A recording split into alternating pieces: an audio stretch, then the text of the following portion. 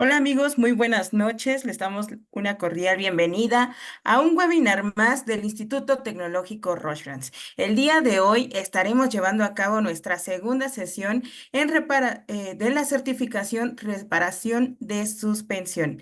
Les damos la bienvenida, como les decíamos al inicio, a este webinar. Les mandamos un saludo a todos nuestros asistentes de la República Mexicana y también a todos aquellos que nos ven y nos escuchan desde algún lugar de Latinoamérica como Venezuela, Ecuador, Perú. Por ahí hemos tenido personas de Canadá e incluso hay algunas personas que nos ven desde países como Japón, España. Para ellos que ya está haciendo casi otro día, están casi ya en la madrugada, también les enviamos un cordial saludo. Muchas gracias por asistir a este webinar. Esperemos que estén tan ansiosos como nosotros de escuchar esta segunda sesión de esta serie de certificación. El día de hoy, pues al igual que en la sesión pasada, vamos a tener al ingeniero Conrado Polanco, quien nos seguirá impartiendo este curso y nos seguirá compartiendo sus conocimientos. Vamos a iniciar, como siempre, haciendo énfasis en la información que tenemos acerca de nuestros webinars. Primero que nada, quiero compartir con ustedes estos códigos QR que si ustedes los escanean podrán acceder y agregarse al grupo de Telegram. Recuerden que tenemos un grupo de Telegram donde compartimos toda la información acerca de los webinars, acerca, en este caso, también de algunos comentarios, algunas dudas, algunas preguntas en cuestión de mecánica. Ha sido un grupo de ayuda en el que muchos de ustedes están integrados y pues hay ocasiones que algún compañero mecánico tal vez no sabe cómo actuar o cómo reparar algún componente y hace esta pregunta y la comunidad le apoya para poder resolver estas inquietudes. Así que los invitamos a que se unan al grupo de Telegram. Ahí también nosotros como ITR compartimos información de los webinars, de los Facebook Live, compartimos información en este caso sobre las preguntas que se desarrollan a través de los webinars.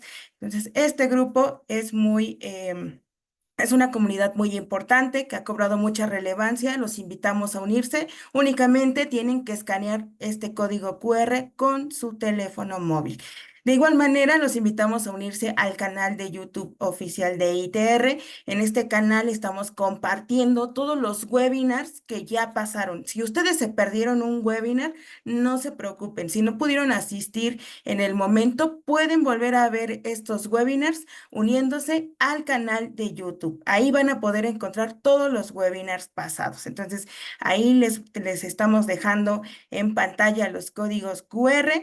Espero que ya los hayan escaneado y vamos ahora sí a la información de los calendarios de los webinars futuros.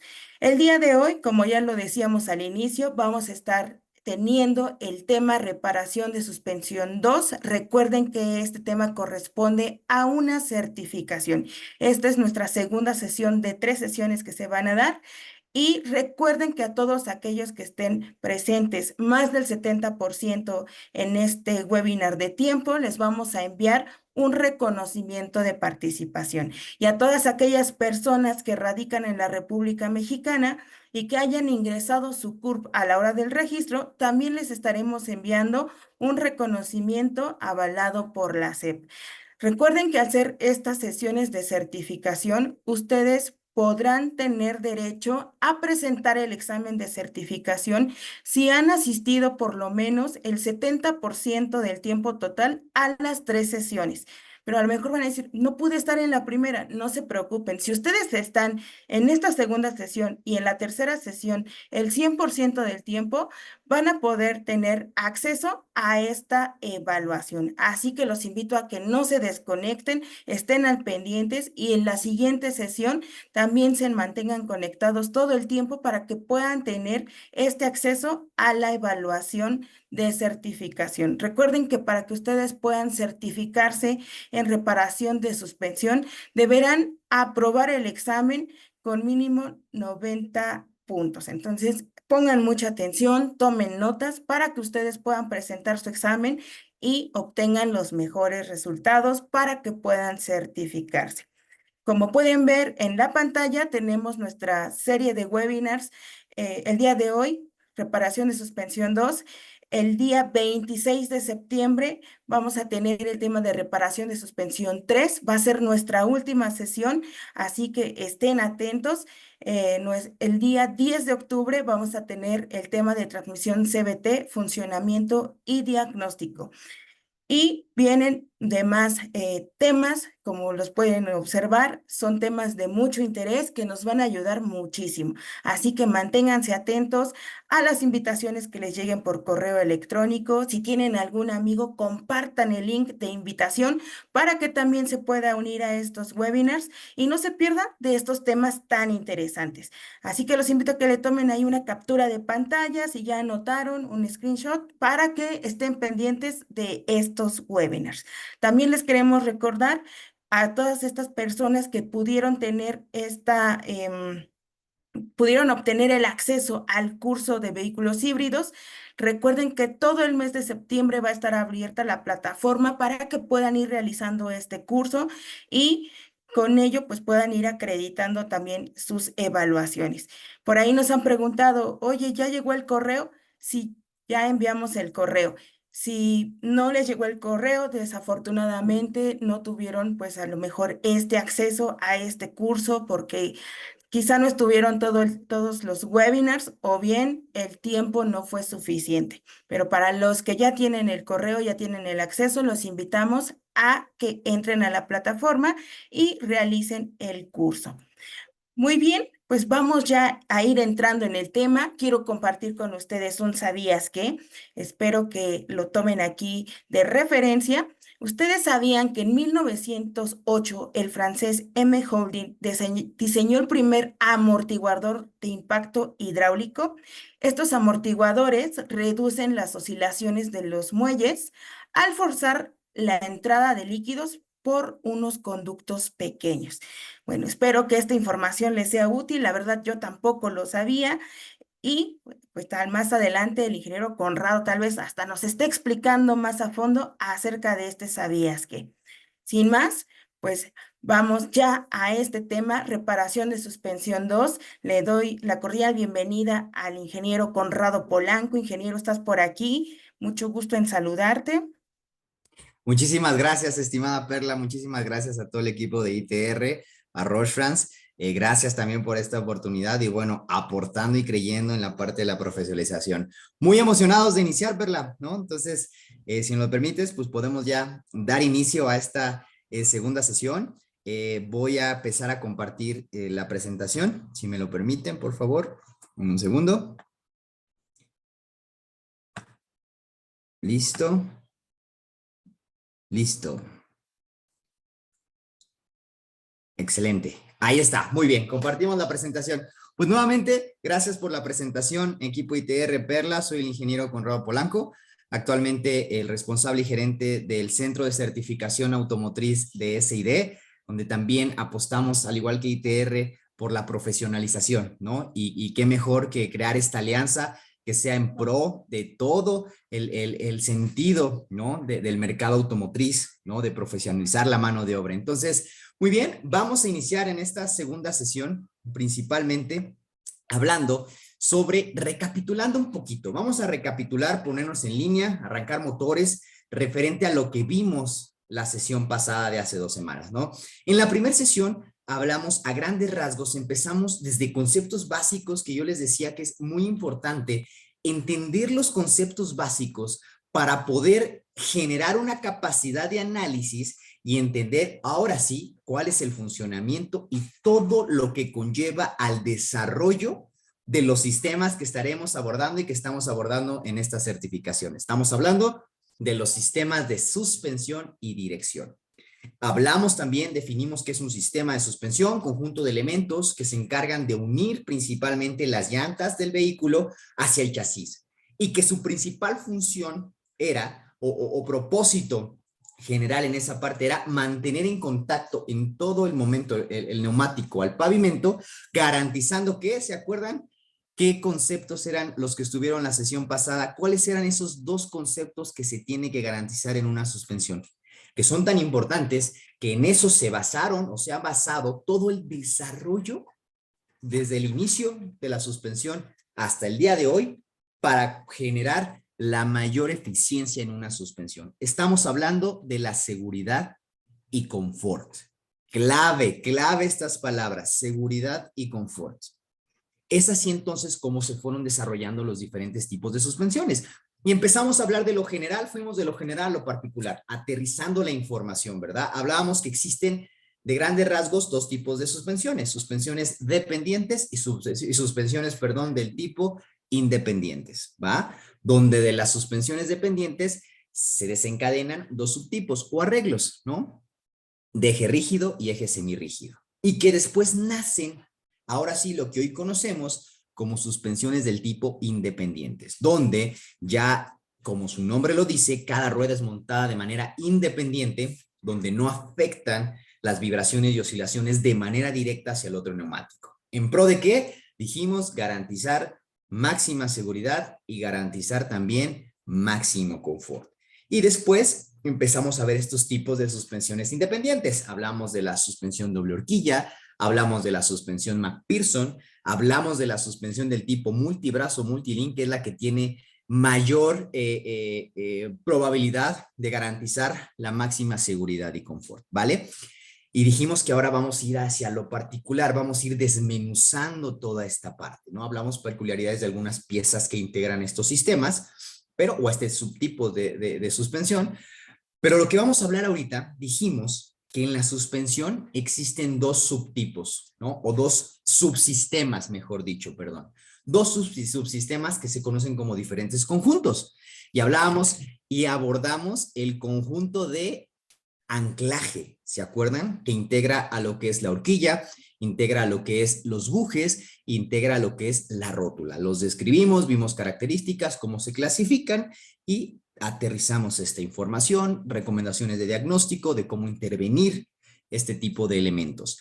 Bien, ahora vamos a iniciar hablando con el siguiente subsistema. Hablamos del conjunto de amortiguación. ¿Qué es el conjunto de amortiguación? Hablábamos que una suspensión convencional, ¿no? Que aquí, si me ayudan a poner en el chat, por favor, ¿qué tipo de suspensión es esta que vimos, perdón, que tenemos en la pantalla que vimos anteriormente? ¿Me ayudan? ¿Qué tipo de suspensión es la que vimos o es de las que vimos anteriormente en esta parte? Si me ayudan ahí, estoy viendo aquí McPherson, ándale, todos McPherson, doble horquilla, ya hay ahí divididas, independientes, si es un independiente, McPherson. No, no es una suspensión McPherson. Aquí Roberto Arturo pone es multilink, correcto, es una suspensión del tipo multilink. ¿Por qué multilink? Porque tiene horquillas que son realmente brazos, tanto dos superiores como dos inferiores, y que le permiten una mayor adaptabilidad. Este es el tipo de suspensión más eficiente que existe hoy en día hablando de suspensiones convencionales, ¿vale? Y lo que vamos a hablar ahorita es dividir y solo hablaremos de los elementos que integran a lo que es el conjunto de amortiguación. Y claro, el protagonista en esta historia y en este subconjunto llamado conjunto de amortiguación, ¿quién creen que es? Claro que es el amortiguador, ¿verdad?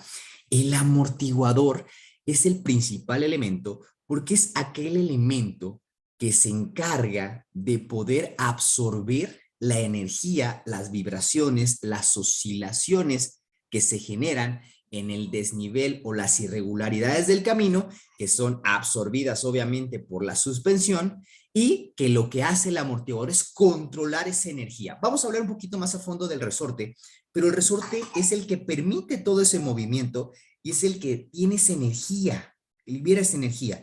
El amortiguador tiene la función de controlar esa energía, ese movimiento, esa oscilación. ¿Para qué? ¿Cuál es el fin? El fin es que mantenga en todo momento el neumático en el pavimento. Lo decíamos, un segundo que el neumático no esté en contacto con el pavimento es un segundo donde no tengo control, no tengo estabilidad, por lo tanto no se tiene seguridad. Por eso entonces es tan importante el amortiguador, que es considerado un elemento de seguridad. Ahí, como ustedes están viendo en el diagrama, ven la diferencia cuando un amortiguador es nuevo versus usado. ¿Cuál es la diferencia? ¿No? Del lado izquierdo ven cómo va rebotando. Ese amortiguador ya no tiene la capacidad de absorber esa energía para mantener y empujar el neumático como lo vemos del lado derecho. ¿Cómo se logra esto? Vamos a entenderlo y entender realmente cómo se integra en una suspensión y cuál es la sinergia que tiene con otros elementos. Y aquí es donde van a salir varias cuestiones de debate, ¿no? Y aterrizaremos esa parte en ese punto, ¿ok? Muy bien, siguiendo en ese punto, ¿cuáles son las funciones principales que debe de seguir un amortiguador? Principalmente ya lo dijimos, adherencia, ¿verdad? Cuando hablamos de la parte de adherencia es que obviamente en todo momento está en contacto con el pavimento. Esto me desencadena o tiene que lograr que se logre un control adecuado y una estabilidad. Reducir desgastes. ¿De quién? Obviamente, si un amortiguador no sirve y el neumático va rebotando, vamos a cortar la vida útil principalmente del neumático. Va directamente ligado y proporcional a eso. Pero también de otros elementos de la suspensión y principalmente del conjunto de amortiguación que vamos a ver ahorita y que es bien importante identificarlos, ¿vale? Y una bien importante y por lo cual también es un dispositivo de seguridad, el poder de frenado. Ustedes saben que si un amortiguador dañado o amortiguadores dañados pueden comprometer hasta en 7 metros más una frenada de emergencia. 7 metros. En una frenada de emergencia estamos hablando que esto es completamente mortal. Entonces, es por eso el transmitir, ¿no? La importancia, si nosotros somos la parte técnica, nosotros tenemos que tener la responsabilidad moral de poder recomendar y transmitir a nuestros clientes la importancia del cuidado principalmente, sí, de todos los elementos, claro, pero del amortiguador. Por esta razón y por realmente por ese punto, ¿no?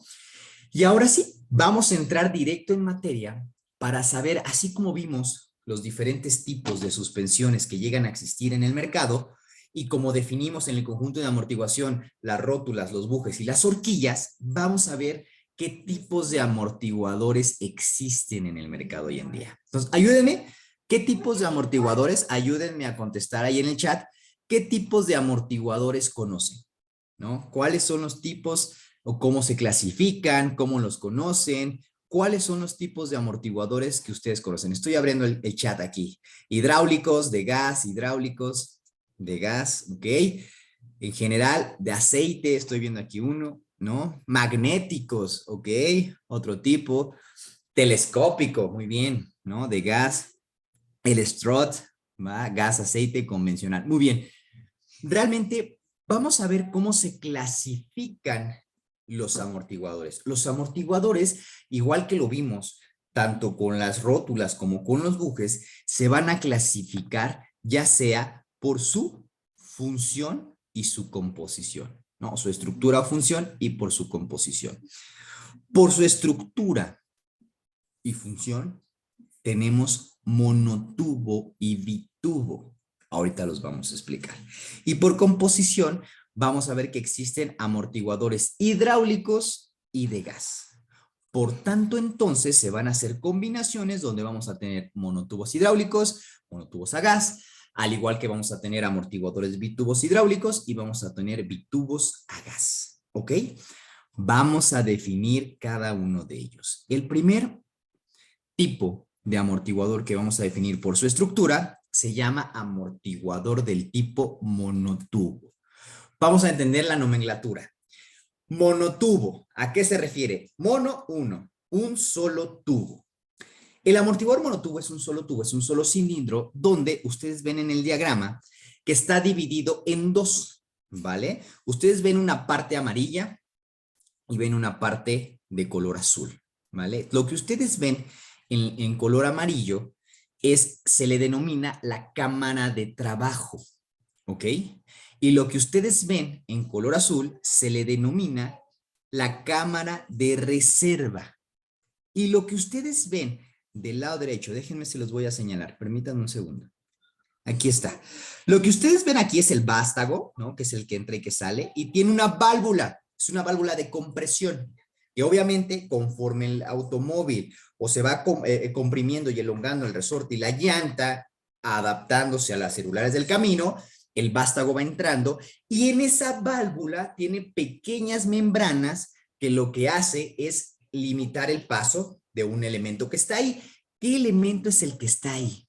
¿Qué elemento es el que está en toda la parte amarilla? El que está en la cámara de trabajo. ¿Qué elemento creen que sea? Aceite, contiene aquí Rubén, dice en esa parte, el fluido de trabajo, José de Jesús, correcto. El elemento que está ahí es el aceite. Ahora la pregunta es, ¿cuál es la función del aceite? Le recapitulo la pregunta, y esto es bien importante. Pregunta, ojo, y escuchen. Todos los amortiguadores, y cuando digo todos, estoy englobando todos. La pregunta es hacia todos. ¿Todos los amortiguadores usan aceite? ¿Sí o no? ¿Qué dicen? ¿Todos los amortiguadores usan aceite? ¿Sí o no? Veo que sí, veo que no. Hay una decisión dividida. Veo que está dividida entre sí y que no. ¿Ok? Bien, la respuesta es que sí. Absolutamente todos los amortiguadores, todos, y englobo todos los que haya, utilizan aceite. Entonces, si todos utilizan aceite, algo debe de hacer importante el aceite ahí adentro, ¿no? La segunda pregunta que yo les diría es, ¿cuál es la función que tiene el aceite dentro de la cámara de trabajo de un amortiguador? ¿Cuál es la función del aceite dentro de la cámara de trabajo de un amortiguador? Ayúdenme, por favor, ¿no? Absorber el calor, el vástago, lubricar, enfriar, lubricar y refrigerar, evitar fricción, enfriar, lubricar, para lubricar y sellar, lubricar sus componentes, reducir ruido, lubricar componentes, lubricación. Ok, la mayor parte dice lubricar. Claro, va a lubricar, ¿no? Porque a fin de cuentas hay una fricción y el aceite lo que hace es disminuir al máximo esa fricción. Pero esa no es la función principal del aceite. El aceite aquí lo que hace es generar la presión de trabajo. Hace una función hidráulica, que ahora vamos a entrar un poquito en materia. ¿Qué es la hidráulica? ¿Qué es la hidráulica? ¿Quién me ayuda a poner brevemente cómo definiría qué es la hidráulica? Vamos a ver también el chat, a ver qué nos contestan. ¿Qué es la hidráulica? ¿Qué entienden por la palabra hidráulica? ¿No? El estudio, dicen aquí, el estudio de los líquidos, el estudio de los fluidos, ciencia que estudia los fluidos, estudio de los fluidos. Correcto. La hidráulica es la ciencia que estudia, principalmente en una de sus ramas, la transmisión de fuerza por medio de fluidos. Y vamos a citar a un gran físico que se llamaba Pascal, ¿no? ¿Conocen lo que es el teorema de Pascal? No vamos a entrar a detalle, pero nada más para identificar y ejemplificar esta parte. El teorema de Pascal nos dice en cuestión que todos los líquidos son prácticamente incompresibles. ¿Qué quiere decir esto? Que no se pueden comprimir, a diferencia o en comparación con ¿quién? Con un gas, ¿no? Déjenme ponerles un ejemplo bien claro, ¿no? Y voy a utilizar aquí, en este aspecto, tengo una botella, ¿no? Tengo una botella, ¿no? En esta botella, imagínense que está completamente, ahorita tiene aire, ¿verdad? Está tapada. ¿Puedo comprimirla o no puedo comprimirla ejerciéndole fuerza? ¿Qué dicen? ¿La puedo comprimir o no la puedo comprimir? ¿Sí, verdad? Si ustedes ven, la estoy comprimiendo, porque estoy presurizando, estoy comprimiendo el aire que está dentro. Pero imaginemos que esté completamente llena de agua. Está completamente llena de agua. Y yo la aprieto. Imagínense que tengo fuerza descomunal y la aprieto de más. ¿Qué va a pasar? Lo que va a pasar es que ese fluido que está aquí dentro de agua va a romper y va a abrir esa botella. Va a empujar, va a transmitir una fuerza. Lo que se hizo es transmitir la fuerza a través de este fluido. ¿Vale? ¿Se entiende el concepto? Transmisión de fuerza. Ahora, ¿cómo trasladamos ese concepto al funcionamiento del amortiguador? Les dije que el amortiguador contiene un vástago y que tiene una válvula de compresión, donde tiene pequeñas membranas de orificios, que cuando el vástago entra, lo que hace es tratar de comprimir, de oprimir ese líquido, y el líquido no se puede comprimir. Entonces hay una fuerza en contra. Claro, como hay un orificio, pasa, pero de manera resistiéndose. Así se genera la presión de fuerza de un amortiguador. Y es así como controla la energía y la fuerza que es liberada por el resorte. ¿Se entiende? ¿Se entiende esta parte? Por eso es muy importante la función del amortiguador. ¿Qué pasa cuando no hay aceite en ese amortiguador? Ese amortiguador deja de funcionar. Y pasa lo que vimos al inicio, que no hay presión y empieza a botarse. Entonces, uno de los principales fallas de un amortiguador es que se salga el aceite. La pregunta es, ¿por qué se sale el aceite dentro del amortiguador? En la parte superior e inferior tiene sellos, ¿no? Que son esos sellos pequeños que mantienen el aceite dentro.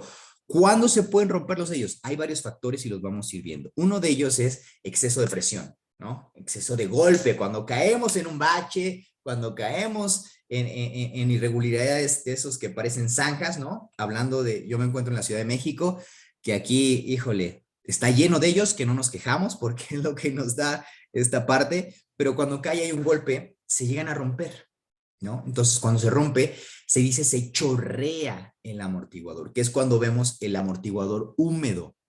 Primer síntoma. Cuando vemos un amortiguador húmedo, es síntoma y es correctamente momento de cambiar ese amortiguador porque ese amortiguador ya no tiene la capacidad de absorber esas oscilaciones. ¿Por qué? Porque le está faltando aceite. ¿Ok? ¿Se entiende esta parte? Hay otras, lo vamos a ir viendo. Espero se entienda hasta aquí. Ahora, ya hablamos del aceite, que es la cámara que ustedes ven en amarillo. ¿Qué pasa con la cámara de abajo? ¿Por qué se llama cámara de reserva? Pregunta, si aquí había aceite en lo amarillo, ¿qué elemento es el que está dentro de la cámara de reserva que vemos en color azul? Estoy abriendo el chat. ¿Qué pasó? ¿Cuáles son? ¿Cuáles? Me ponen aquí, aire, gas, gas, gas, aire, aire. La cámara de reserva tiene aire, gas. Correcto. La cámara de reserva va a contener ya sea gas o aire. Vamos a ver más adelante dependiendo de qué, ¿no? Pero a fin de cuentas es un gas, ¿vale? Vamos a generalizar, ahorita es un gas. El aire también es un gas, ¿va? Entonces, es un conjunto de gases, un complemento de gases. Entonces, ¿por qué hay aire? Y vamos a ver que existe este elementito que está intermedio, que divide a la cámara de trabajo con la cámara de reserva, que se llama pistón flotante. ¿Cuál es la función del pistón flotante? Si ustedes ven, ¿o por qué se llama pistón flotante? Porque se mueve, flota conforme ¿qué? Conforme entra y sale el vástago. Si ustedes ven, cuando entra el vástago, este pistón empieza a bajar. Cuando el vástago sube, empieza a subir igualmente. ¿Cuál es la función de la cámara de reserva? ¿Quién me ayuda a poner en el chat? Estoy abriendo otra vez el chat. ¿Cuál es la función de la cámara de reserva? Comprimir el gas, es el que recibe el impacto, comprimir el aire, hacer el rebote, ¿ok? Amortiguar, evitar que el vástago pegue en seco, ¿no? Ok. Ah, justo aquí vi uno que me interesó. Espérenme tantito. Ya se me fue esa parte, ¿no? Absorber impactos, ¿no? Dice, ¿qué Iván? Regular la presión para que no se dañe la cámara de aceite. Es la respuesta más acertada a lo que voy a explicar. Como dijimos, ¿no? El aceite, la cámara de trabajo tiene que estar completamente llena de aceite, completa, ¿vale? Entonces está ocupando todo el volumen de la cámara cuando el vástago está afuera. Pero cuando el vástago entra, el vástago tiene un volumen que en la cámara ya está ocupado por aceite, ¿verdad? Si vamos a poner el ejemplo, y aquí tengo un vaso de agua para ejemplificarlo. El vaso de agua tiene un nivel, ¿verdad? Si yo ingreso mi dedo, ¿qué pasa con el nivel del agua? Sube, sube. ¿Por qué? Porque estoy ingresando, el volumen de, en este caso, mi dedo. Y si lo trasladamos, si solo estuviera así y al entrar, aumentaría el volumen, tendría que aumentar el volumen, pero como no se aumenta el volumen, ¿qué aumenta? La presión. Entonces, necesitamos a alguien que regule la presión que existe dentro, que compense el volumen del vástago. Por eso existe esa cámara de reserva.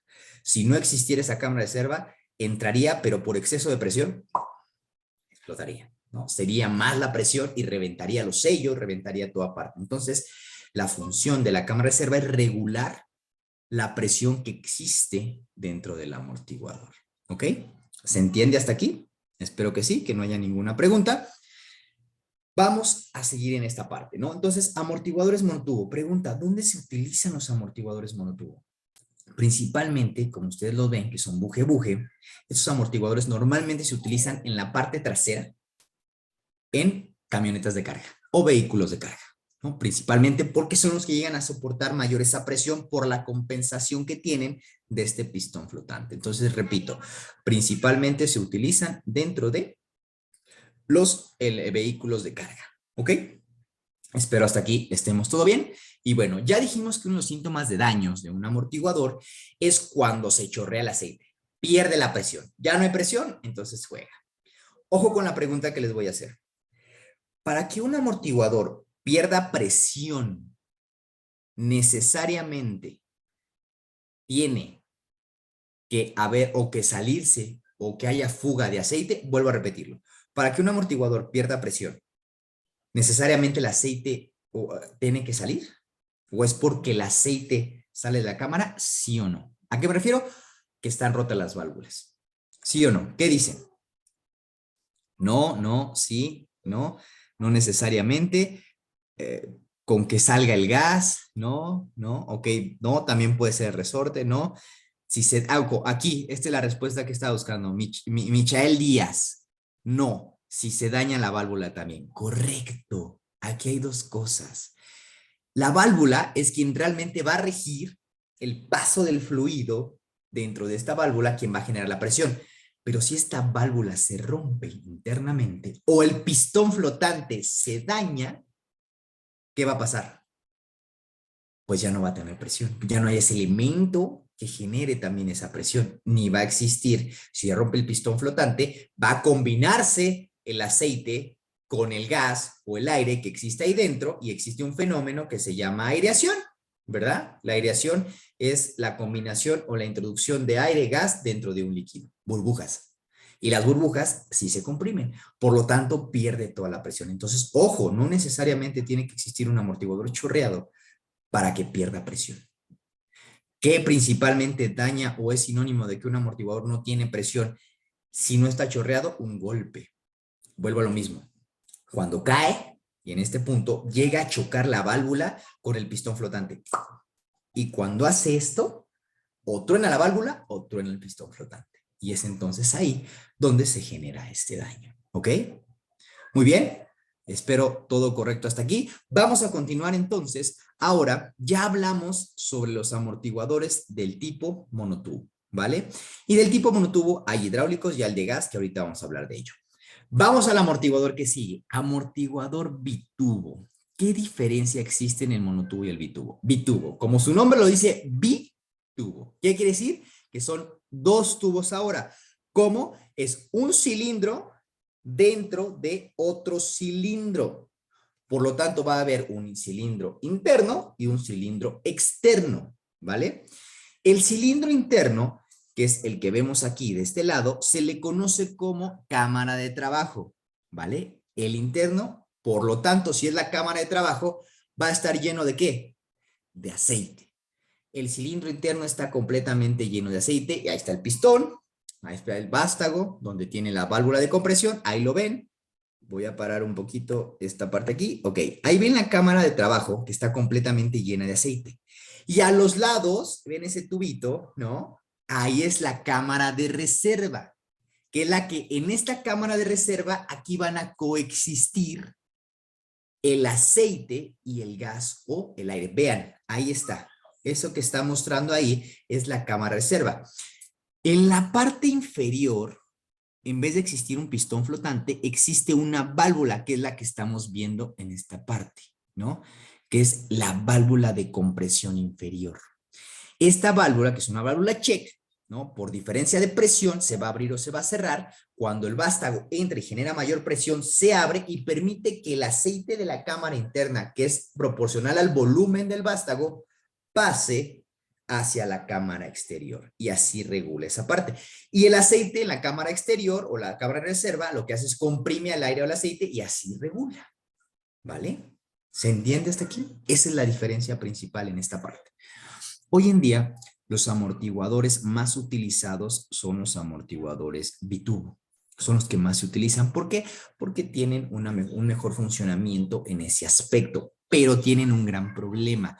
¿Cuál es este gran problema? Aquí sí coexisten el aceite y lo que es el aire o gas, ¿no? ¿Qué pasa cuando agitamos un líquido que está coexistiendo con aire o gas? Vamos a poner el ejemplo, la botella de coca, ¿no? O de agua. Si yo la agito, ¿qué efecto voy a ver? ¿Qué se va a hacer cuando yo agito, ¿no? Espuma, burbujas, correcto.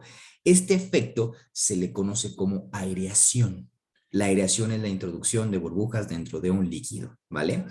¿Y qué es lo que pasa con esa aireación? ¿Es buena o es mala? Es malísima en los amortiguadores. ¿Por qué? Porque cuando se agita, esas burbujas entran, cuando es el retorno, cuando sube el vástago y el aceite vuelve a entrar a la cámara de trabajo, entra con esas burbujas. ¿Y qué pasa con esas burbujas? Causan dos efectos. Uno, una estabilidad del vástago. ¿Esto por qué? Porque está presionando aceite, aceite, de repente una burbuja que es aire que se comprime, ¡pum!, baja.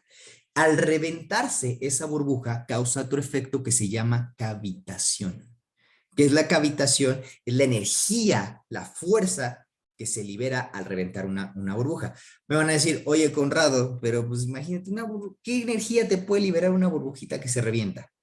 Son varias y ahora imagínense, las membranas son muy pequeñas y son hechas de un material, el disco de sangrado es unas membranas de un material, es un polímero muy delgado que claro, al reventarse las burbujas lo daña y por eso lo pueden dañar, ¿vale? Entonces, la aireación es el enemigo número uno de mis amortiguadores y ahorita les voy a poner un ejemplo bien claro en esta parte. Pero espero hasta aquí todo esté claro en la parte de los amortiguadores. Bien. Ya definimos entonces amortiguadores bitubo, amortiguadores monotubo. Ahora vamos a clasificarlos por su función. Amortiguador hidráulico versus amortiguador de gas. ¿Cuál es la diferencia? ¿No? Hablábamos. Pregunta, en este diagrama que estamos viendo los dos amortiguadores, ¿qué tipo de amortiguadores de los que ya vimos es? ¿Monotubo o bitubo? ¿Qué tipo de amortiguadores? Bitubo, ¿verdad? Bitubo, aquí dicen monotubo, monotubo, bitubo, dos monotubos, lo demás bitubo. Correcto. Es un bitubo, ¿verdad? Cámara interna, cámara externa. ¿Cuál es la diferencia entre un hidráulico y un de gas? ¿No? El hidráulico tendrá en su interior, en la cámara de trabajo y parte de la cámara de reserva, aceite, pero el gas o el elemento continuo que está ahí va a ser, en este caso, en el hidráulico es aire. Y obviamente en un amortiguador de gas es un gas, pero ¿qué tipo de gas? Es un gas nitrógeno, ¿ok? Hidráulico, aire, nitrógeno, perdón, gas, nitrógeno. ¿Cuál es la diferencia? ¿Qué diferencia existirá en funcionamiento y en operación el hidráulico versus el de gas? Vamos a entenderlo, ¿vale?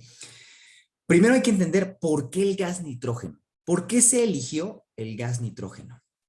Se eligió por varias razones. Una de ellas, el nitrógeno, claro, es un gas frío, por lo tanto, sí va a ayudar a la refrigeración, a mantener la temperatura de operación, que es entre los 40 grados, 40 grados de un amortiguador, ¿vale? Eso ayuda, alarga la vida útil. Ya lo saben, el calor es el enemigo número uno de todo, ¿vale? Regula la temperatura, ayuda a enfriar. Pero tampoco es la razón principal. El gas nitrógeno es un gas noble, ¿verdad? ¿Qué quiero decir con que es un gas noble o puro? Que sus moléculas es un gas termoestable. ¿A qué se refiere con termoestable? Que no le afecta tanto la variación de temperatura, ¿no? Un gas volátil, vamos a decirlo por así, lo calientas y sus moléculas se liberan. Lo enfrías y se contrae, ¿no? El nitrógeno es termoestable porque no le afecta tanto el calor a que sus moléculas se desprendan, ¿vale? ¿Cómo beneficia esto un amortiguador? Que minimiza la formación de burbujas, ¿ok? Que al agitarse y haber calor, no hay tantas burbujas como es un hidráulico. Por lo tanto, se previene mayormente el efecto de la aireación y esto eventualmente ayuda a alargar la vida útil de un amortiguador a gas, ¿vale? Esa es la razón principal porque existe el nitrógeno dentro de un amortiguador tipo bitubo, ¿vale?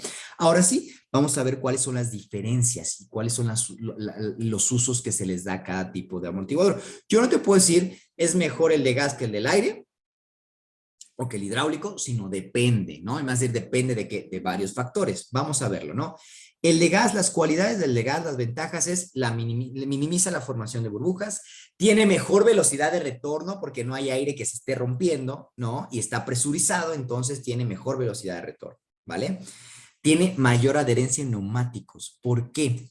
Porque aquí está la desventaja, suelen ser más rígidos, porque es un gas presurizado, entonces tienden a ser más duros, no permiten tanto la oscilación de un resorte, ¿no? Entonces, principalmente, este tipo de amortiguadores son un poquito más rígidos por esta razón, ¿vale? A diferencia del hidráulico, ¿no? Que el hidráulico, vamos a ver, perdón, vámonos para adelante, que es más suave, tiene una excelente suavidad, pero tiene diferentes vamos a decirlo así, desventajas, que es la generación de burbujas y un desempeño limitado en curvas, ¿no? Entonces, ¿cuál es el mejor? ¿Hidráulico o de gas? Depende. ¿Cuál es tu necesidad? ¿Quieres una suspensión cómoda? Donde no le exiges mucho, donde no tienes un vehículo muy pesado. Por ejemplo, aquí en México, los Pointers, que son de Volkswagen, los Chevys, ¿no? Que son de Chevrolet, son elementos que si tú le pones amortiguadores de gas, los vas a sentir que van rebotando, ¿no? Por sus condiciones utilizan hidráulicos. En cambio, si tú tienes un auto que le vas a exigir deportivo, que lo metes, lo corres, claro, te conviene más un amortiguador del tipo de gas, ¿no? Por las cualidades que ofrecen esta parte, ¿vale? Muy bien, entonces, así es la clasificación de los amortiguadores por su composición y por su función. Monotubo, bitubo, hidráulico y de gas. ¿Existirá alguna pregunta hasta aquí? Por esa parte tenemos que poner en ese punto para poderlo tener en ese aspecto y poderlo tener en ese punto, ¿vale? Para poder hacerlo y tener esta parte, ¿vale? Muy bien, espero todo bien hasta aquí. Vamos a continuar, por favor, en este aspecto. Y bueno, ¿cuáles son las condiciones que vemos en un amortiguador dañado? Primero es desgaste de ruedas por secciones. ¿Por qué? Porque va rebotando, ¿verdad? Ya dijimos, cuando va rebotando es que ya no tiene presión, ya sea porque el aceite se salió o hay una ruptura interna de válvulas y ya no tiene presión. ¿Qué exacto? Es la fuga de aceite. Lo principal visual que tenemos es fuga de aceite. ¿Qué otra percepción puedes tener el conductor? Menor estabilidad en curvas, un sobreviraje, ¿no? Que tenga que sienta que se voltea más en ese aspecto. Y dijimos, mayor distancia de frenado, que va a afectar directamente esta parte invariablemente, ¿ok? Muy bien, entendiendo esta parte, ahora sí, ¿cuáles son las principales fallas que podemos encontrar dentro de un amortiguador?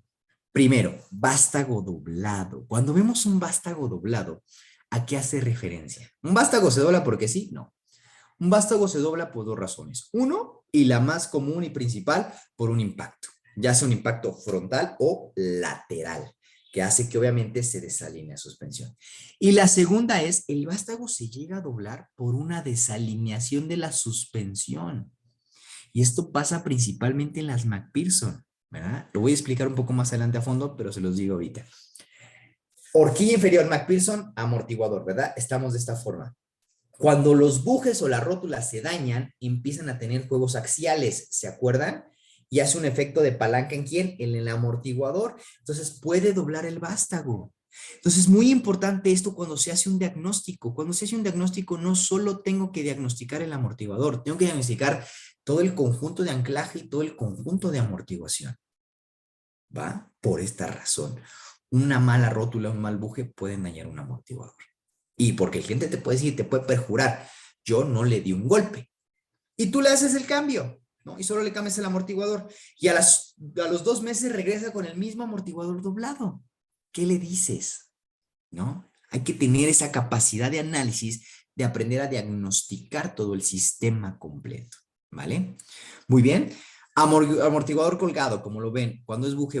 Esto es un daño en anclajes que principalmente se hace por suspensiones levantadas, mal realizadas o carga, exceso de carga. Por exceso de carga también se llegan a dañar así los amortiguadores. Porque, ojo, lo vamos a ver más adelante, el amortiguador está diseñado para ciertas condiciones, ¿vale?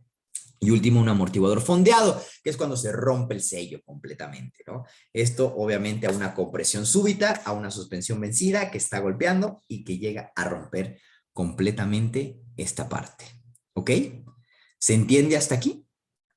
¿Entendemos cómo es el funcionamiento en esta parte? Muy bien, por favor, vamos a dar un pequeño intermedio. Ahorita le voy a ceder directamente la palabra al equipo de ITR. Tiene también información que compartirles antes de continuar ya en la recta final de esta segunda sesión de la certificación en reparación a suspensión. Los dejo, equipo de ITR.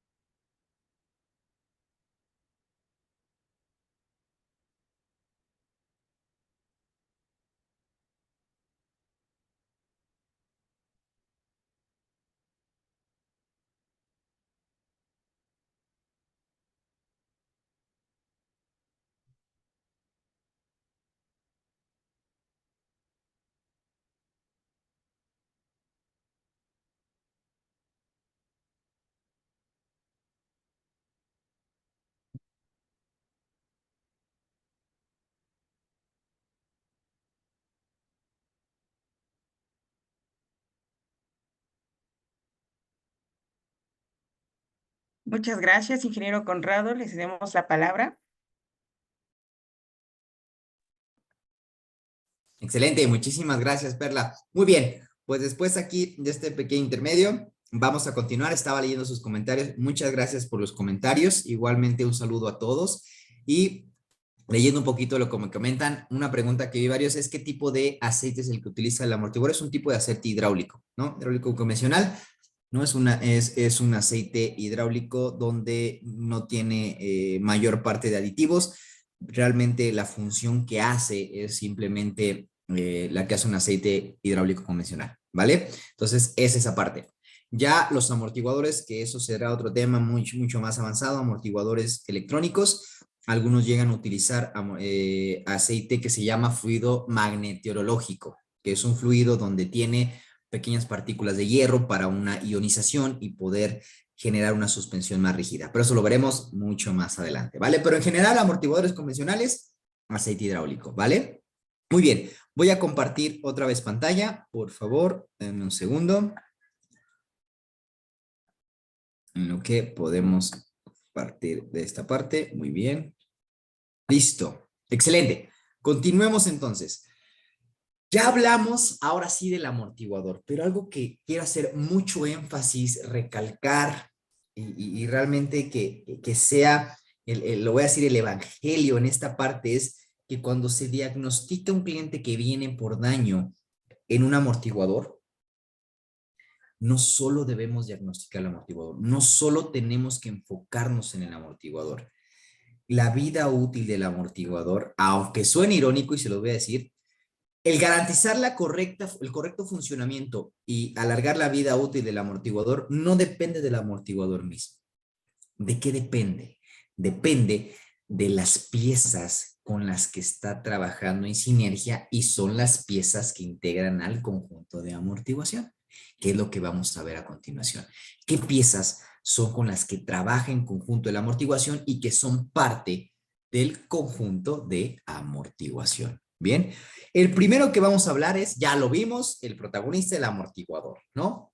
Que es el encargado de absorber, es el dispositivo de seguridad, sí es el protagonista, pero de igual forma que tiene importancia un amortiguador, va a tener de importancia los demás elementos de el famoso conjunto de amortiguación. Y para mi parecer, y si me lo ponen así, el elemento más importante para garantizar la vida útil de un amortiguador se llama tope rebote. ¿Qué es el tope rebote? El tope rebote, perdón, es este elemento que va incrustado en el vástago y que se encarga de soportar y absorber los excesos de carga o golpes repentinos asistiendo al amortiguador. Valga la redundancia, amortigua los golpes que hay dentro del amortiguador. El amortiguador, como lo vimos, cuando entra el vástago y sale, esto se le llama longitud de carrera. ¿Qué tanto entra y qué tanto sale? Tiene un límite, ¿vale? Que es el límite en el cual oscila, que es la longitud de carrera. Obviamente, cuando hay excesos, principalmente cuando hay baches y hay golpes, esta longitud de carrera se excede. ¡Pum! Y ya vimos que dentro hay válvulas que se rompen. Estos elementos son los que no dejan que, aunque haya golpes, llegue a pegar las válvulas en la parte inferior. Por lo tanto, es el que se les garantiza la vida útil. Y lamentablemente, no se le da la importancia muchas veces a este elemento. Pregunta, cuando cambian amortiguador, ¿cambian tope rebote? Si la respuesta es no, tendría que ser invariablemente sí. Es obligación y obligatorio y es una responsabilidad moral para garantizar la vida útil del amortiguador. Cada vez que haya un cambio de amortiguadores, tiene que cambiarse el tope rebote sí o sí. Muchas veces lo que hacen es, en el mejor de los casos, lo reusan, ¿no? Ponen el anterior que ya estaba dentro del amortiguador. Esto ya no va a funcionar. También esto se está comprimiendo, elongando. Tiene una fuerza mecánica, tiene un desgaste mecánico. Ya no sirve. O ya no va a tener la eficiencia, mejor dicho, la eficacia en ese aspecto. Entonces hay que cambiarlos. Siempre que cambien amortiguador, deben de cambiar sí o sí en estas partes, ¿no? Y claro que sí, el tope rebote se vende, ¿no?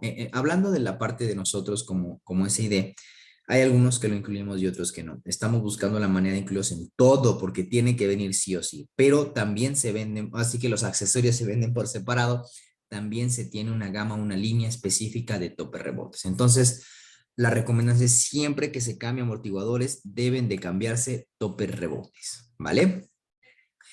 Muy bien.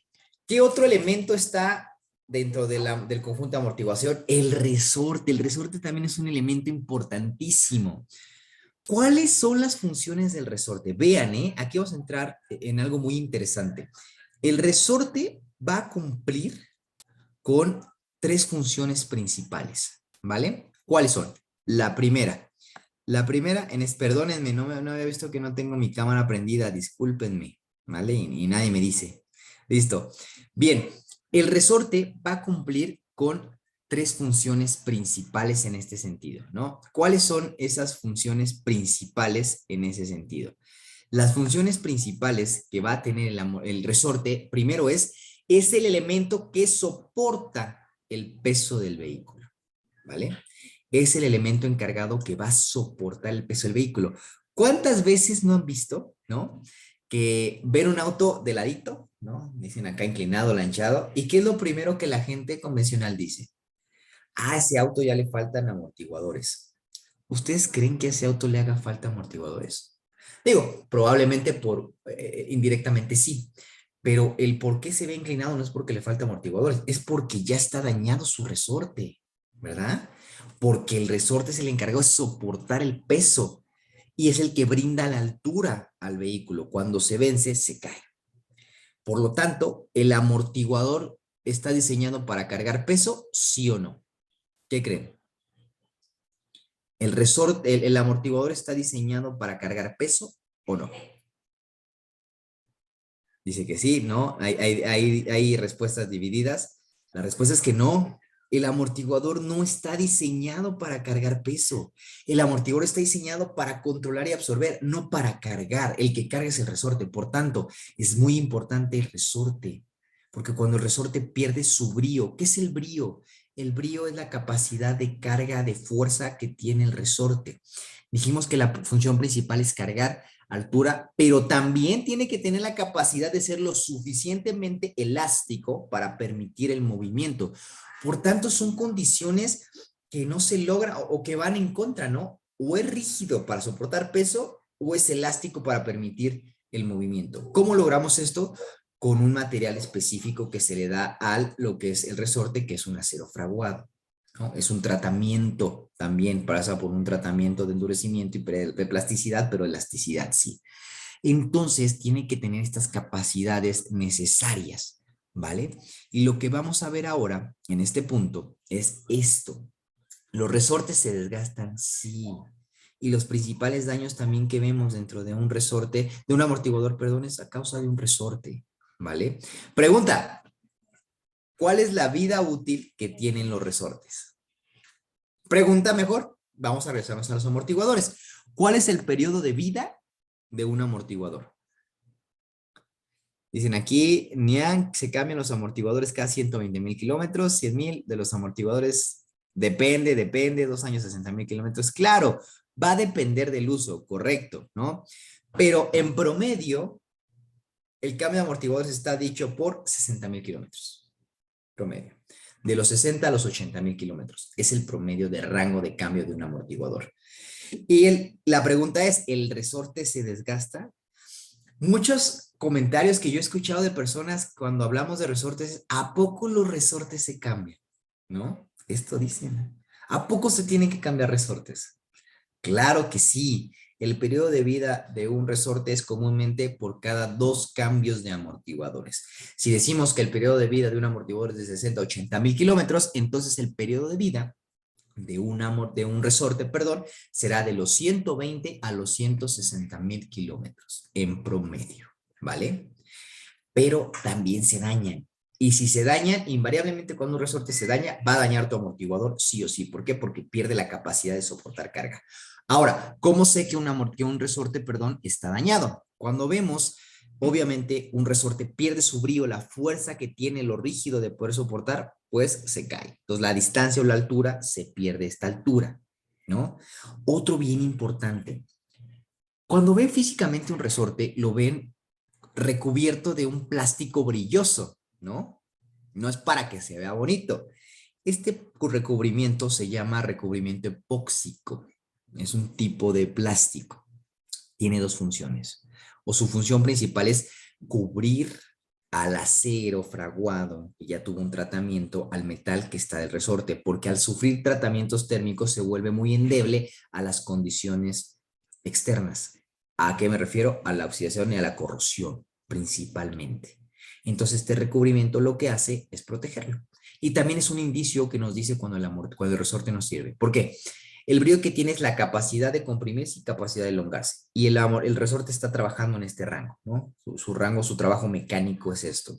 Cuando ya pierde esa fuerza, lo que va a pasar es que se va a elongar de más y se va a comprimir de más. Va a estar haciendo esto. Cuando hace eso, ese recubrimiento epóxico truena y lo van a ver estrellado, rajado. ¿Lo han visto? Si lo ven, es un indicio que ese resorte perdió su brío, por lo tanto ya no sirve. Y obviamente al estar excediendo esas condiciones va a estar pegando y entre las oscilaciones, ¿no? Entre las espirales vamos a ver marcas. Y esto nos da efecto de que o ya no sirve o están sobrecargando esa unidad. E invariablemente eso va a dañar sí o sí lo que es el amortiguador. Por tanto, entonces, es muy importante diagnosticar también el resorte. Muy bien. Ahora, vamos a hablar del siguiente elemento del conjunto de amortiguación. base de amortiguador, ¿ok? ¿Qué es la base del amortiguador? La base del amortiguador es el elemento, ¿no? Es una junta elástica que lo que hace, obviamente, es conectar, anclar lo que es el amortiguador o el conjunto de amortiguación al chasis y también absorbe los impactos y permite el giro. ¡Ojo! Este elemento es de vital importancia cuando hablamos, ¿recuerdan qué tipo de suspensión? La sesión pasada lo hablamos. Había un tipo de suspensión muy importante que había que tener más énfasis en este elemento. ¿Qué tipo de suspensión era? ¿Recuerdan? La McPherson, ¿no? Dice aquí la McPherson, ok, muy bien. McPherson, ¿vale? Excelente, McPherson, correcto. ¿Por qué? ¿Recuerdan? ¿Por qué era importante hacer mucho énfasis en la base del amortiguador cuando hablábamos de una suspensión McPherson? ¿Cuál era la razón? Si se acuerdan, el primer tipo de suspensión independiente que existió era la doble horquilla, ¿recuerdan? Horquilla superior, horquilla inferior. ¿Y cuál era la función de la horquilla? Anclar la rueda al chasis. ¿Cuál era la función del buje? Anclar la horquilla al chasis y absorber las vibraciones. ¿Y cuál era la función de la rótula? Anclar la horquilla a la rueda y permitir el giro de la rueda directriz, ¿verdad? En una suspensión McPherson, la característica principal es que se elimina completamente la horquilla inferior y ya no existe, perdónenme, se queda la horquilla inferior y ya no existe la horquilla superior, ¿no? Entonces, quien suple la función en una horquilla superior en una suspensión McPherson, la base del amortiguador.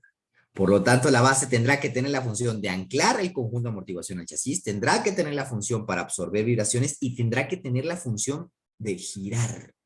¿Cómo lo hace? Pues claro, por eso, porque tiene entonces elementos que son, tiene gomas y tiene un elemento llamado valero, que lo estamos viendo aquí. Aquí del lado derecho vemos ya desglosada.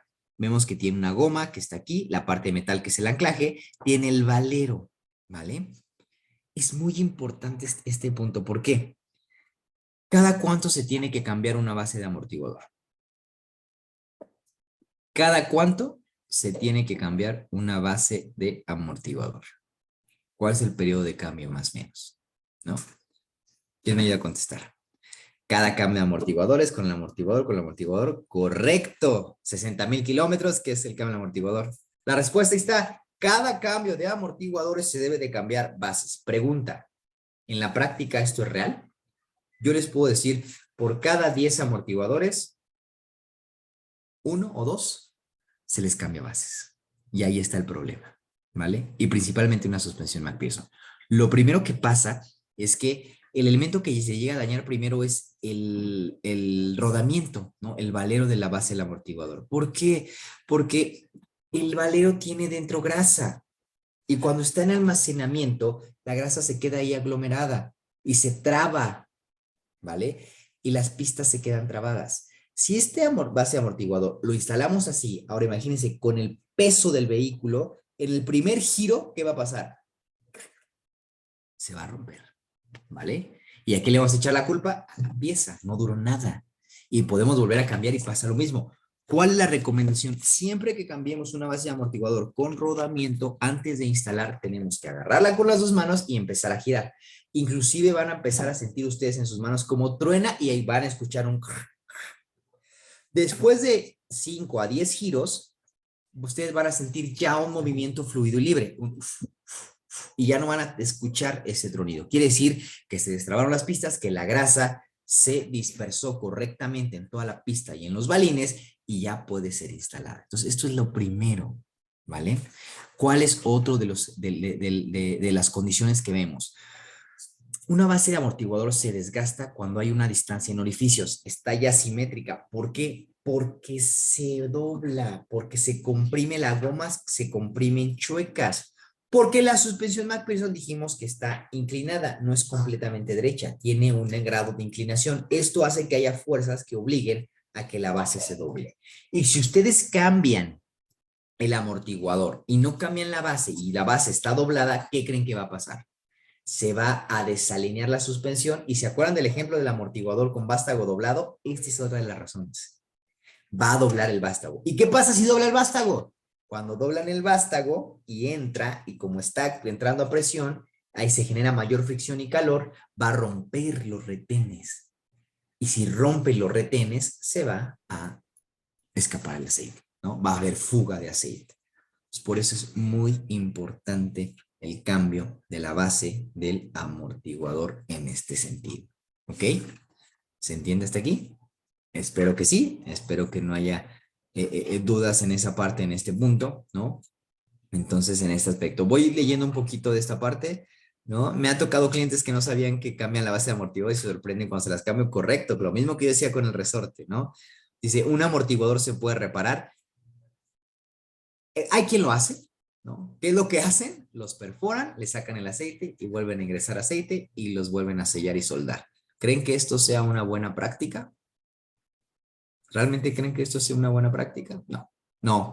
Los amortiguadores ya no pueden repararse. La recomendación para la suspensión, recordemos, el único mantenimiento preventivo es solamente en los elementos que llevan grasa y que se les puede ingresar grasa. En los demás, no, es cambio correctivo. Hay que cambiar directamente en ese aspecto, ¿vale?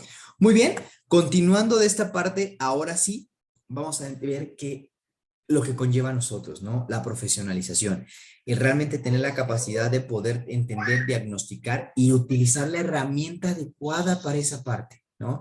Debemos de utilizar la herramienta de presión la adecuada, el compresor de resortes correcto, no golpear, no golpeen la suspensión, de verdad, entiendo que a veces es difícil sacar, pero vale más el poder invertir un poquito en la herramienta especializada a realmente generar más problemas y poner en riesgo su reputación y la de su negocio. Eso es bien importante. Cambiemos ese chip, ¿no? Hay que generar valores agregados que sean el diferenciador para que el cliente te voltee a ver a ti. El mercado cada vez, lo voy a utilizar una palabra que es común, que está muy prostituido. ¿A qué me refiero con eso? Cada vez hay más y cada vez hay más de lo mismo. ¿Cómo poder ser ese cambio, ese diferenciador? Con pequeñas acciones que generen ese valor agregado. Una de ellas es el profesionalismo que podemos ofrecer a nuestros clientes, utilizando herramienta especializada. Eso es uno de ellos. Hay muchos más que podemos abordar, ¿no? Pero principalmente tener la parte de la herramienta especializada, ¿no? El juego de extracción de conectores, el juego de extractores, ¿no? Este que ven ustedes del lado derecho es un juego de extractores de rótulas principalmente, ¿no? Y de terminales. Hay extractores también de rieletas para eyección, que lo vamos a ver después. Hay extractores de rodamientos, que también lo vamos a abordar un poquito más adelante, ¿no? Entonces, es importante entender esta parte para poder utilizar la herramienta adecuada en ese sentido, ¿ok? Es muy importante en este punto. Y principalmente que evitar sí o sí las malas prácticas. ¿Cuáles son las malas prácticas más comunes que debemos evitar? Primero, usar pistola de impacto. La pistola de impacto puede ser nuestra mejor amiga, pero también nuestra peor enemiga, ¿vale? Para todo lo que es el afloje o la desinstalación se puede utilizar, sí, pero para las instalaciones no. ¿Por qué? Porque luego se llegan a ejercer fuerzas, torques de más que lo único que van a hacer es generar mayores fuerzas que dañan las piezas. Por ejemplo, en el torque del vástago, ¿no? En el toque del vástago del amortiguador, si le metemos pistola de impacto, hace que gire internamente el vástago. No está diseñado para girar y al girar genera fricción, calor que va a reventar los sellos invariablemente. O he visto que hasta se llegan a reventar las cuerdas, principalmente en ese aspecto. ¿Cuál es el torque recomendado en el vástago? De 40 a 55 libras-pie.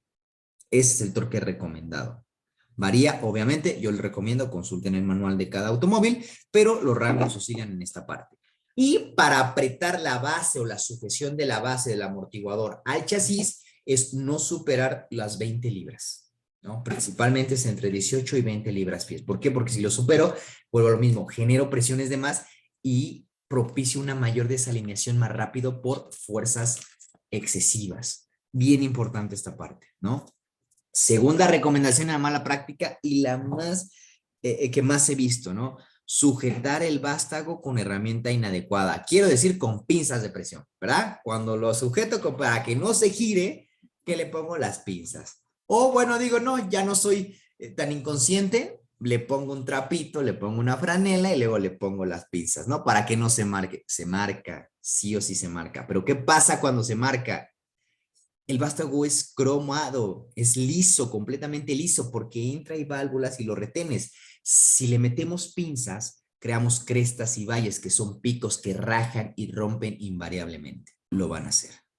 Por favor, no utilicen las pinzas para poder, las pinzas de sujeción para agarrar en ese aspecto, ¿no?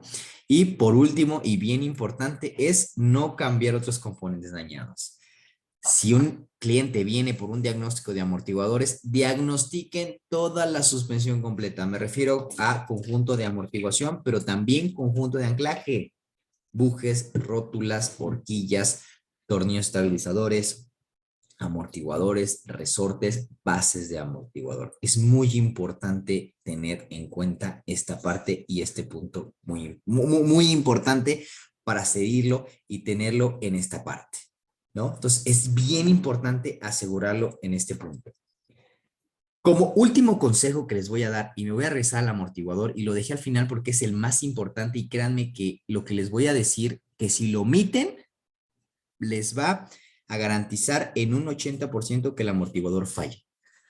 ¿Cuál es el fallo principal de un amortiguador? El 80% de fallo en amortiguador es por no purgar los amortiguadores.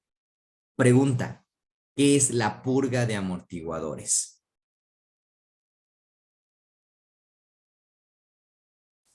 ¿Qué es la purga de amortiguadores? ¿Quién me ayuda? Subir y bajar el vástago, porque si gira necesita bajar el vástago, subir y bajar el vástago, correcto. La purga es comprimir y elongar el vástago, ¿vale? Pero la respuesta es ¿por qué? ¿Para qué se purga? ¿Para qué se purga ese vástago? ¿Cuál es la función de por qué se purga ese vástago? Vamos a entenderlo rápidamente. El amortiguador, ¿en qué posición está diseñado para funcionar? Vertical, ¿verdad? Pregunta, ¿cómo se almacena el amortiguador? Horizontal. No es que esté mal que se almacene así, por cuestiones de espacio e inventario, se almacena de esta forma. Pero ¿qué pasa cuando se almacena de esta forma? Por gravedad, el líquido baja y la cámara de trabajo se llena la mitad de aire o gas. ¿La cámara de trabajo debe tener aire o gas? No. Si nosotros llegamos y así como lo recibimos, lo instalamos y la mitad está llena de aire o gas, en el primer momento que simplemente por el peso y en el primer bache, cuando caiga, ¡bac! Adiós válvulas. Adiós válvulas. ¿Vale? Y obviamente va a regresar el cliente molesto y se lo vas a cambiar y lo va a romper y va a sacar y es un bucle. ¿Qué es lo que pasa? Necesitamos eliminar esas burbujas. Se llama coloquialmente hay que cargar el amortiguador. Hay que llenarlo de aceite en ese aspecto. ¿Cómo? Comprimiendo y elongando. ¿Para qué? Para ir eliminando que las burbujas salgan de la cámara de trabajo. ¿Cómo sé cuándo ya? Ustedes van a ver que cuando lo comprimen la primera vez, van a escuchar, van a sentir van a sentir así como truena y truena y truena y truena en esa parte. Entonces, lo que van a hacer es, ya después de 4 o 5 veces que entra y sale, ya no van a escuchar un y ya el retorno ya no va a ser inestable. Quiere decir que el amortiguador está listo para funcionar. ¿Ok? Es el mejor consejo que les puedo dar recomendación. Purguen los amortiguadores sí o sí. ¿Ok? ¿Alguna pregunta hasta aquí? Espero que todo bien. Muy bien. Bueno, pues ya para finalizar, de mi parte sería todo. Muchas gracias a todos los que siguen aquí presentes, a los que estuvieron en esta segunda sesión. De verdad espero sea información que les sirva. Les deseo mucho éxito en la preparación para su examen. Si ya estuvieron aquí, los invito a la siguiente sesión en el próximo 26 de septiembre, por favor. Ya es la última sesión para poder presentar este examen de certificación. De mi parte es agradecerles, muchas gracias por el tiempo, nos seguimos viendo en la siguiente sesión y que tengan una excelente noche. Los dejo con el equipo de ITR. Muchas gracias a todo el equipo también de ITR. Muchas gracias, ingeniero.